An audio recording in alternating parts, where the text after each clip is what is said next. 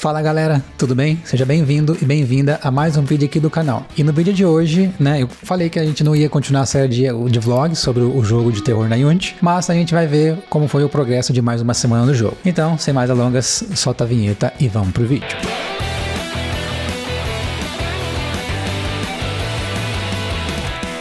E também falando agora, recadinho, a gente tem a parte de membros ativada no canal. Então, caso você queira, de alguma forma, fortalecer o canal, além do like, além da sua inscrição, tem lá a parte ativada. A gente tem 3 níveis de membership, né? Tem o Gold, o Silver e o Bronze. E aí, cada um vai ter benefícios diferentes ali. E o Gold ali, que é o maiorzinho, a gente tem lives exclusivas, que eu posso, como se fosse uma mentoria, eu abro live, vou conversar com vocês de forma exclusiva, entender problemas, ajudar de alguma forma. Então, fica aí a dica para vocês. Essa semana aqui eu trabalhei algumas coisas, a maior parte não foi novas coisas, mas sim umas refatorações do jogo. Então, de coisas novas que eu acabei fazendo, implementando, foi efeitos sonoros. Então, agora o jogo ele tem vários efeitos sonoros, quando liga e desliga a lanterna, quando o player ele anda, o efeito dos passos. E os passos, de acordo com o chão, ele vai ter som diferente, então se for madeira, som de madeira, terra, água e por aí vai. Também fiz bastante sistema, implementei formas de colocar efeitos sonoros para assustar as pessoas. Então, por exemplo, uma porta batendo, alguém andando distante. E também fiz uma outra coisinha que é a parte de legenda do jogo. Então coloquei toda a parte de gravar áudio e mostrar a legenda do áudio enquanto o jogador está falando. Então eu fui lá no Audacity, gravei um áudio, editei o áudio ali mais ou menos, e peguei esse áudio, extraí toda a legenda dele para que fosse possível criar toda essa parte, esse mecanismo de fala, de diálogo, de sistema de diálogo do jogo em si. E também refatorei a parte lá que eu comentei no vídeo anterior, que tinha muitas coisas acontecendo de forma concorrente, de formas paralelas, tinha race conditions e coisas assim. Então arrumei toda essa parte, agora tá bem, nossa, tá muito melhor para gerenciar tudo isso. Então o progresso final do jogo, vou dar play aqui como sempre. Vocês vão ver que basicamente o jogo não mudou muita coisa, mas agora quando a luz pisca, quando essa luz aqui pisca, tem um efeito de desligando, de quebrado, né? Provavelmente vocês não vão escutar porque o OBS meu não está capturando o som do meu notebook. Quando eu tô andando aqui, tá fazendo o som do jogador andando. Quando eu passo aqui nessa porta, tem um colisor invisível aqui que vai disparar um outro som 3D, de uma porta fechando, de porta batendo. Então tem toda essa parte de efeitos sonoros feita. E a parte do som, deixa eu só zerar aqui, que eu já escutei. Ele tem um sistema também que se ele já tocou o diálogo, ele não toca o diálogo de novo. Então eu vou limpar todo o save aqui, ó. Então olha lá. Talvez vocês estão escutando o próprio, eu mesmo falando e ali embaixo acompanhando, ó. Então, basicamente, eu fiz toda essa parte de todas essas implementações do jogo em si, né? Então, indo para a parte do código, que é talvez o que vocês querem ver. Deixa eu jogar o VS Code para cá. 1, 2, 3. Esse Solution sempre ele abre. Tá foda. Mas beleza, então como que funciona a parte do código? A parte de cinemática em si, eu tenho um manager aqui, que é o Speak Manager. Então, todo lugar que eu quero tocar som, é esse carinha aqui que ele vai tocar o som em si. Só que esse speaker aqui, ele só vai tocar o som do diálogo. Então, quando eu dei play e eu mesmo comecei a falar, tipo, aonde eu tô, não sei o que lá, o que tá acontecendo, algum diálogo que vai ter legenda, é esse Speak Manager que é responsável. Por quê? Porque quando eu quero tocar efeitos sonoros no jogo, eu tenho essa pastinha de Sound Effects, e aqui basicamente simplesmente tem um transform, um objeto vazio, que ele tá aqui, ó. E aí por que ele tá aqui? Porque aqui no áudio eu venho e ativo a parte 3D, ó. Então eu falo o quanto ele tem que ser 3D ou não. Por quê? Porque se ele for 3D, que é esse Spatial Blend aqui, ó. Então, por padrão, ele vai vir no 2D. Aí, quando você joga para a esquerda aqui para 3D, ele vai fazer de acordo com aonde você está olhando a câmera e também a distância do jogador. Então, quanto mais distante, mais menos, mais baixo. E se eu estou olhando para trás, vai ficar mais baixo também. Então, dessa forma, tem esses carinhas. E aí, para disparar esses efeitos, basicamente o que eu faço, ó, então aqui na sala do jogador, ó, Player Room, Aí vai ter aqui Interactables. E no colisor da porta, ó, tem um VFX aqui, ó. Então, Environment Sound Effects, um script que eu criei. E esse script que ele vai falar, ó, então eu consigo marcar se ele vai tocar uma vez só ou não. E aí, qual é a fonte, né? Qual é o áudio que ele tem que tocar e qual é o clipe que ele tem que tocar. O áudio, o source aqui, é simplesmente esse carinha aqui, ó. É esse áudio source desse carinha aqui. Então, por quê? Porque ele tem que pegar lá do 3D do distante. E aí, caso você passe por ele, né, tem esse walkthrough interactable, e aí junto com esse walkthrough, ele vai dar um player nesse VFX. E aí aqui no código, então walkthrough interactable, aí aqui, vamos ver aqui, na verdade não é aqui, é no environment sound effects. E aí ele vai pegar o on-trigger, ó, então tem que ter o trigger do collider. E aí se for o player que passou, ele vai tocar esse som. E aí aqui ele tem todo o sistema de tocar uma vez ou tocar outra, salvando ali no player preference. Legal. Aí a parte do diálogo, quando o player entra na cena, é esse manager aqui, esse speak manager. E aí além disso tem esse trigger, ó. E esse trigger eu tenho um greeting. E aí basicamente esse speak trigger, então speak trigger, aí ele vai ter o áudio clipe, que é o MP3 que eu gravei no Audacity. Ele vai ter um arquivo de legenda, que é o SRT, que eu pego o áudio, esse MP3, e rodo um programa Python nele para extrair a legenda. E ele vai ter aqui se ele tem que tocar no Awake ou não. O Awake é tipo, deu play no jogo, tem que tocar automaticamente, ou tem alguma condição para ele tocar. Então, basicamente é isso. Então, aqui tem um greeting, aqui tem esse greeting também. A única coisa que eu tive que fazer é, por padrão, a Unity, ela não vai entender, ela não consegue processar arquivos .srt. Aí eu tive que criar esse SRT File Support, que basicamente é uma forma da gente estender o importador nativo da Unity. E aí que basicamente o que você tem que fazer é isso aqui. Então, quando você adiciona um novo import, se for do tipo SRT, ó, então é desse ponto SRT, ele vai executar isso aqui. E basicamente o que a gente quer fazer aqui é simplesmente ler o conteúdo do arquivo e joga nele mesmo. E aí a gente consegue fazer isso aqui, ó. Então, vocês podem ver que tem aqui, então 000, primeira legenda, where am I don't remember, anything. Então isso aqui é um arquivo SRT. E aí como que eu gerei esse arquivo SRT? Aí tem um outro programa em Python que eu fiz, que é e tem esse extract title, que basicamente, né, então, 1, 2, 3, tem um arquivo Python, e aí o que esse arquivo Python faz? Ele é um CLI, que esse CLI eu passo um file aqui, que vai ser o MP3 em si, que eu gravei lá no Audacity, exportei e salvei como MP3, e aí basicamente eu utilizo o Whisper, ó, o OpenAI Whisper. E aí basicamente eu carrego o OpenAI, pego o arquivo e gero as legendas e salvo de novo de volta no disco. Então isso tudo de forma automática. Aí ele vai gerar. Então a partir desse MP3 aqui, é o menos file que eu passo pro Python, né, pro main.py, aí ele vai salvar esse SRT com o mesmo nome do MP3. E aí esse SRT, o Whisper, o OpenAI Whisper, ele vai ouvir o áudio, vai extrair a legenda e vai salvar esse arquivo aqui para mim. Aí simplesmente eu pego esse arquivo, jogo na Unity e já era, aí tá tudo feito. E eu associo os dois aqui, então o clipe e a legenda, e o resto, os scripts vão fazer tudo. Beleza, outra coisa legal é a parte do player, né? Então o script do player, como que a gente consegue fazer para que o player, ele, de diferentes chãos, emitam diferentes sons? Então aqui na parte de actors tem esse player sound effects. E aí basicamente eu vou ter aqui um request spot, que é simplesmente aqui no player, ó. Esse request, por que tá escuro aqui? Bugou a iluminação, aí beleza. Então esse request spot é esse carinha aqui, ó. Ele tá dentro do player em si, ó.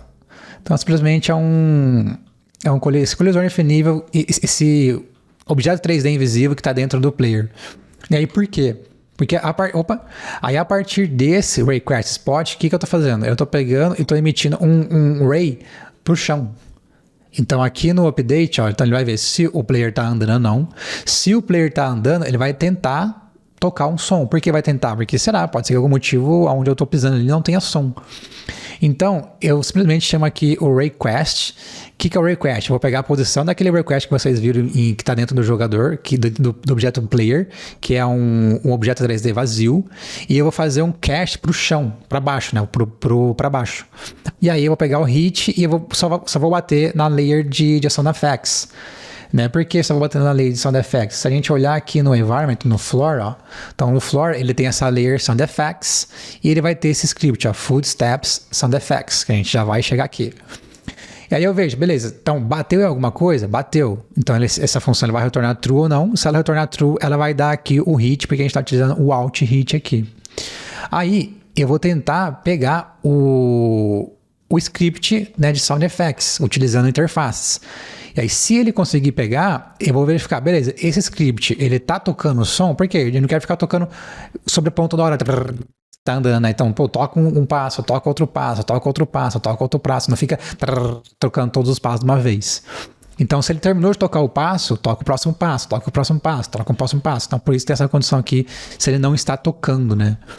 E aí, se ele não está tocando, você primeiro chama a função play aqui do jogador. E é isso, o player ele vai fazer um one shot passando o clipe, ele vai tocar uma vez o clipe. Então aqui sem muito segredo. Mas aí a gente vai ter aqui, ó, o footstep sound effects, que ele vai implementar essa interface sound effects. E aí basicamente o que ele vai fazer? Ele vai devolver um get clip, ele vai devolver o clipe que precisa tocar. E aí, todos os chãos têm esse script e ele vai ter o clipe, qual é o passo que ele tem que tocar. Por quê? Porque vamos supor que esse chão aqui, né, quem que é esse chão? É esse carinha aqui, ó. Vamos supor que quando o player pisar aqui, tenha que trocar um outro som. Aí ele simplesmente vem aqui e troca esse clipe, ó. Troca por um efeito de madeira, um efeito de água, um efeito de grama, de neve, whatever que seja. Então, é dessa forma que a gente consegue tocar diferentes sons para diferentes chãos. Ou seja, o jogador, conforme ele vai andar, ele vai emitir um cast para baixo. Quando ele bater no chão, ele vai verificar, opa, eu bati em alguma coisa? Bati. É um objeto que emite som? É um objeto que emite som. Como que ele sabe isso? Pela layer. Então ele vai filtrar pela layer. Beleza. Se é um objeto que emite som, ele tem um efeito de som, ele tem um script de som? Ele tem um script de som. Então me dá o clipe que eu tenho que tocar. Então dessa forma que a gente consegue fazer toda essa execução de andar de formas diferentes. Legal. E aí, por último, tem toda aquela parte que eu comentei com vocês lá de concorrência, de paralelismo, coisa acontecendo ao mesmo tempo, coisa acontecendo um pouco aqui, um pouco ali, um pouco aqui, um pouco ali, race conditions e tal. E como que eu resolvi isso? Eu simplesmente criei um entry point no jogo. Então, eu tenho esse Game Manager aqui, ó. E aí, esse Game Manager, eu chamei aqui um tal de Life Cycles. Ou seja, todos os scripts que eles precisam, que eles têm ciclo de vida, que eles dependem entre si, eu tô chamando de Life Cycle. E aí eu tenho um array de Life Cycle, que de acordo ele vai tocar o primeiro. Então faz tudo isso aqui e espera. Faz tudo isso, espera. Faz tudo isso, espera. Faz tudo isso, espera. Faz tudo isso, espera. Então tudo isso daqui que vocês estão vendo, essa lista, um atrás do outro, eles estavam executando todos eles ao mesmo tempo. Então por isso que eu tinha que vir, por exemplo, aqui no Crash Spool, ou por exemplo no Player, espera um segundo, porque isso aqui está executando. Nesse aqui, espera meio segundo, porque isso aqui está executando. E aí no último aqui, por exemplo, espera 3 segundos, porque esse estão todos executando. Agora não tem mais isso. Agora esse único arquivo principal, ele é responsável por fazer tudo, né? E aí como que ficou toda essa parte de código, toda essa lógica, né? Então tem essa classe aqui, ó, Life Cycle, que basicamente ela é uma classe abstrata, que ela vai ter esse método aqui, onInit, que ele tem que retornar um enumerator. E aí, por padrão, estou fazendo esse return null aqui. Por que classe abstrata e não interface? Porque por padrão, o editor da Unity ele não vai conseguir mostrar uma lista de interfaces aqui. Então, para não ter que sobrescrever, implementar coisas, estender o editor, fazer coisas mais complexas, eu simplesmente utilizei uma classe abstrata, porque classes, por padrão, se você adicionar o serializable aqui, a Unity vai conseguir renderizar de forma correta para a gente. Então, se eu trocar para interface, esse array aqui, ele ia ficar tipo vazio. A gente não ia conseguir associar no script, porque por padrão, a Unity não consegue lidar com interfaces. Legal. Aí todo mundo que precisa depender, toda coisa que depende de outro, toda coisa que precisa ser executada numa ordem específica, eles vão estender essa classe. Então, por exemplo, aqui, ó, o Save Manager, que é o sistema de save do jogo. Então, ele vai herdar essa classe, e aí essa classe em si, ela herda do MonoBehavior. Por que que tem que fazer assim? Porque por padrão, o C# ele não consegue herdar duas classes. Ele consegue implementar várias interfaces, mas não consegue herdar de mais de uma classe, né? Isso seguindo ali convenções e padrões da programação, do paradigma de orientação a objeto. Então, herda dessa classe e essa classe herda do MonoBehavior. Então, não seria possível declarar o MonoBehavior aqui também, porque você só pode herdar de uma classe. Uma classe filho só pode ter uma classe mãe, mas uma classe filha ela pode implementar, ou qualquer classe pode implementar várias interfaces, mas herdar de uma classe tem que ser apenas uma. Aí aqui simplesmente eu venho e implemento o método onInit, que é um enumerator. E aí o que ele vai fazer? Ele vai pegar vai criar uma nova classe aqui, vai pegar o arquivo de save e ele vai iniciar uma coroutine e vai esperar essa coroutine terminar. E esse load também é uma coroutine que aqui no final ele vai retornar um return null para esperar o próximo frame. Ah, mas por que coroutines, né? Por que enumerators e não, por exemplo, um async task, um async await, coisas assim? Porque alguns códigos eu preciso fazer coisas que a Unity não permite a gente fazer numa thread secundária, e sim somente na thread principal. Por exemplo, ler do sistema da Unity. Então, se a gente executar isso aqui dentro de uma função, por exemplo, de um task.run da vida, vai dar erro. Por que vai dar erro? Porque essa função aqui ela não pode ser executada numa thread secundária, ela só pode ser executada na thread principal. Então, entenda o que? Tem várias funções, tem vários recursos da Unity que ela não permite ser executada fora da thread principal, tem que ser somente na thread principal. Então, por conta disso, eu preferi utilizar enumerators para lidar com isso. Dessa forma, eu consigo executar qualquer coisa, em qualquer lugar, sem tipo, beleza, isso aqui eu posso na thread principal, isso aqui não, isso aqui eu posso, isso aqui não, ia dar muito mais trabalho. Então, simplesmente eu troquei para utilizar enumerators por conta disso, porque a gente consegue, utilizando uma coroutine, a gente consegue executar qualquer coisa como se fosse na thread principal, vamos dizer assim. Legal, então aqui basicamente vai ser executar uma pancada de coroutines, né? Então tem o player, por exemplo, então player, ele vai ter o onInit, que no coroutine vai chamar esse restore, o restore é uma outra coroutine, e aí ele está verificando se tem posição salva, se tem a rotação salva, se tem rotação salva. Se tem essas coisas salvas, ele vai de fato executar. E aí a mágica vai acontecer aqui no Game Manager. Então, basicamente, esse Game Manager é aquela classe que tem aquela lista lá de dependências, né? E a ordem que eu colocar lá, ela é extremamente importante. Então, basicamente, ele vai sair percorrendo todas elas, esperando cada um terminal. Então, chama essa coroutine, mas no yield return, ele vai esperar essa coroutine terminar. Então, dessa forma, eu consegui resolver. Então, por exemplo, beleza, ele vai chamar o save. Beleza, o save foi lá, salvou não, ele vai executar o save, ele vai esperar a função de carregar o objeto de arquivo JSON na memória. Terminou, chama esse, terminou, chama o player, passa o save para o player, arruma a posição do player, arruma a rotação da câmera, arruma a lanterna, ou melhor, restaura o player em si. Deu tudo certo? Apaga o loading, apaga o saving, coloca o jogo em play e toca esse som se for necessário, né? Então, por exemplo, loading UI. Então, loading UI também, ele depende do lifecycle. O que ele vai chamar aqui é o init. Esse init vai chamar uma coroutine, que vai chamar o hide, e o hide simplesmente vai fazer um false para tirar aquele load da tela. Por quê? Porque o loading ele é muito importante para que a gente, enquanto a gente está preparando todo o jogo, né, o jogo já está pronto, o jogo está carregado, o jogo já está jogável. Mas por que a última coisa que eu faço é tirar esse loading, o preto da tela e o loading no final? Porque se eu não fizesse isso, ia dar um salto o jogador. Quer ver? Ó? Então, vou mostrar para vocês. Ó. Então, vamos pegar o loading aqui, ó, e vamos tirar ele antes do player. Vamos tirar o loading e vamos tirar o save antes do player. E eu vou dar play aqui. Vocês vão ver que, ó, tá ali. É que nesse caso não tinha nenhum, ele não tem nenhum save, mas ó, eu vou pegar alguma coisa. Deixa eu só desativar o som da Unity aqui. Então, eu vou pegar alguma. Eu vou passar aqui na porta, na verdade. Ó. Cadê? Ó, vou passar na porta. Ó, salvou. Legal. Aí agora o que eu vou fazer? Eu vou fechar isso aqui e eu vou dar play.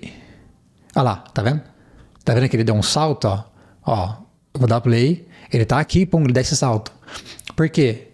Porque o save ainda tá carregando, ele tá setando, tá restaurando a posição do jogador, a rotação da câmera, as coisas. Então, tem muita coisa que eu preciso fazer antes de tirar o load da tela. Então, por mais que a cena carregou, por mais que dá para jogar, por mais que dá para sair interagindo com o jogo, eu ainda deixo o load, o save para terminar toda essa restauração de estado do jogo, para não ter esse jump da posição. Então, jogo o save para cá, jogo o loading para cá, dá até para jogar o... Aí, beleza, acho que tava assim. Aí agora só dá play, ó. Então tá lá. Olha lá, agora ele não tem esse salto, ele já carregou certinho. Por esse vídeo é isso, espero que você tenha gostado. Então, continuando nossa série aí sobre desenvolvimento de jogos, né? Estamos desenvolvendo um jogo de terror aí na Unity. Essa semana rendeu bastante refaturações, tá muito melhor. Agora, começar a estender e adicionar mais funcionalidades pro jogo, dar cara pro jogo. Então, vamos ver como vai ser o progresso da próxima semana e a gente volta aí com mais um vlog no futuro. Como de costume, se tudo deu certo, temos um encontro marcado na próxima segunda-feira, às 11 horas da manhã. Boa semana e tchau!